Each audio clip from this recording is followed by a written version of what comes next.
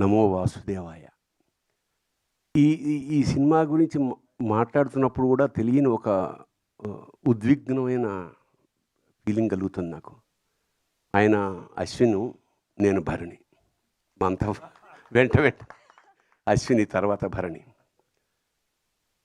Gita arts Allu Ramalingaiah గారు గొప్ప communist. Gita arts ఎందుకు పేరు పెట్టారో ఉత్తరోత్తర అల్లు అరవింద్ గారు వివరించారు. ఏదైనా గీతా సారాంశం ఏంటంటే మంచి కర్మకి మంచి ఫలితం తప్పకుండా లభిస్తుంది. వెరీ సింపుల్, అంతకన్నా ఏం లేదు. అలాగే వేటూరి మహానుభావుడు ఏనాడైతే అరవింద్ గారి గురించి ఒక్క లైన్ చెప్పాడు, అది జీవితాంతం మర్చిపోలేను. నిజంగా లక్షలు ఇవ్వచ్చు ఆ పదానికి. ఏమిటంటే అల్లు అరవింద్ని సంధి చేసి అల్లరి విందు అన్నారు. ఆయన ఎక్కడున్నా సరే మామూలు సరదాగా ఉండడానికి, అల్లరి చేయడానికి, కాకపోతే విందులాంటి అల్లరి చేయడం నిజంగా thank you so much sir. Aravind గారిని చాలా తక్కువ సార్లు కలుస్తాను, కానీ ప్రతిసారి ఓ మొమెంటరీ, ఓ జ్ఞాపకంగా మీకు మాత్రం ఖచ్చితంగా మా ఇద్దరి మధ్య అలా మిగిలిపోతుంది. అలాంటి అరవింద్ గారు నాకు ఫోన్ చేసి, ఇలాగా ఈ సినిమా అవుతుంది, దయచేసి ఖాళీగా ఉంటే మీరు ఒకసారి చూడండి అంటే, నేనే ఎందుకు చూడాలి సార్ అంటే, దాని గురించి మాట్లాడగలిగిన కొంచెం సాహితీ వ్యవసాయం చేస్తున్న వాళ్ళతో, అంటే ఆ లెక్కన జొన్నవితులు గారు కూడా ఉన్నారు కదా అన్న. నేను ఆయన కూడా పిలిచానండి అన్నాడు తమాషాగా. సరే, నిన్న కుటుంబ సమేతంగా మేము థియేటర్కి అల్లు అరవింద్ గారి ఏ అక్కడికే వెళ్ళి చూసాం sir. So it was not theatre sir, it was a temple yesterday. It was, I think the feeling is continuing. ఒక కూర్చున్న 5వ నిమిషానికి మేము లోపలికి వెళ్ళిపోయాం. ఏనాటి భక్త ప్రహ్లాద, ఎస్వి రంగారావు, నరసింహస్వామి, ఆ రోజారమణి, జీవము నీవే కదా అన్న పాట అక్కడ మొదలైపోయింది. నాకు అలా వస్తూనే ఉంది ఒక్కొక్క సీను.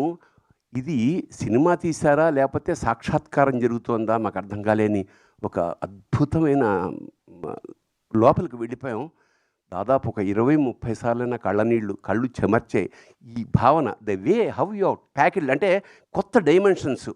ఇప్పుడు ఇందాక అమ్మాయి చెప్పింది, మా యాంకర్, వాడిని విష్ణు ఎత్తుకోవడం వరకు ఆ కళ్ళల్లో ఆయన చూపించిన ఆర్ద్రత నిజంగా విష్ణువు అంటే తప్పకుండా మనకి దర్శనం అవుతుందా అని మేము జన్మజన్మలు ఋషులు తపస్సు చేస్తే ఎలా వస్తుందో అలాంటి ఒక గొప్ప తపస్సు చేశాడు అశ్విని. సో మీకు లభించిన అదృష్టం కాదు సార్, యావత్ ప్రపంచానికి కూడా విష్ణుమూర్తిని, నరసింహస్వామిని దర్శనం చేయించేశారు. ఆ చివరి మూమెంట్ ఏదైతే ఉందో ఆ 20 నిమిషాలు, అంటే సభాముఖంగా మేము పిలవడానికి కూడా కారణం ఇది పూర్వజన్మల పుణ్యం. ఈ సినిమా చూడడం యోగం అన్నమాట.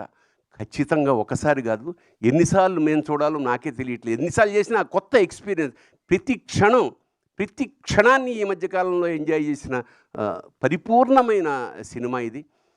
ఆ గ్రాఫిక్స్, జనరల్గా ఏమిటంటే గ్రాఫిక్స్లో చాలా రకాల లోపాలు ఉంటాయి, కానీ ఇక్కడ ఏమంటే ఆ భావాలతోటి, వాళ్ళ కదలికలతోటి, ఆ డీటెయిల్స్ తోటి, ఆ కళ్ళల్లో ఉండే కరుణతోటి మొత్తం కబ్జా చేసేసారు మా మనస్సులు, హృదయాలు ద్రవించేసాయి.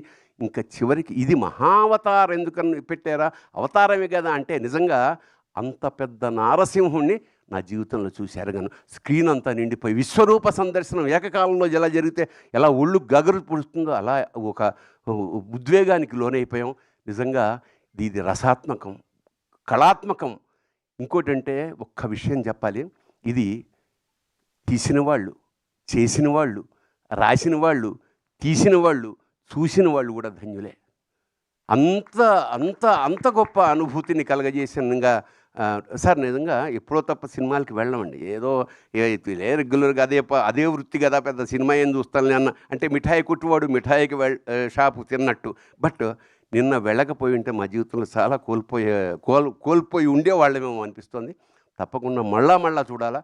అంతా అయిపోయి సార్, మేము సినిమా బయటకు వస్తుంటే మా మనవడు కూడా వచ్చాడు, 3 ఏళ్ల వాడు.